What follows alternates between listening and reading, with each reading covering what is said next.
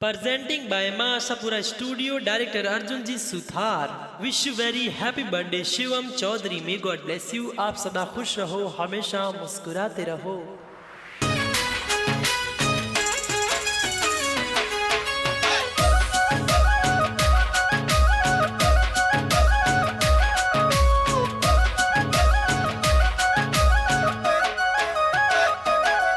हर शिवम चौधरी रो जन्मदिन है, सगड़ा दे में बधाइयां जी. हर बोका चौधरी जाती कई जे जाती प्यारी लागे जी. आदरा तोर काम कई जे बर्थडे पार्टी मनावो जी.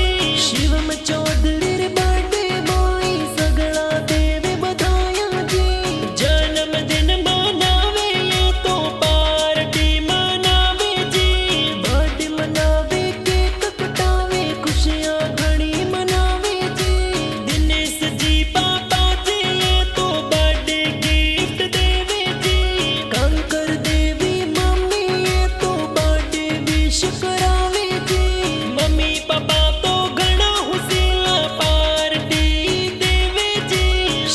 चौधरी रो बर्थडे आयो, सगड़ा दे में बधाइयां जी.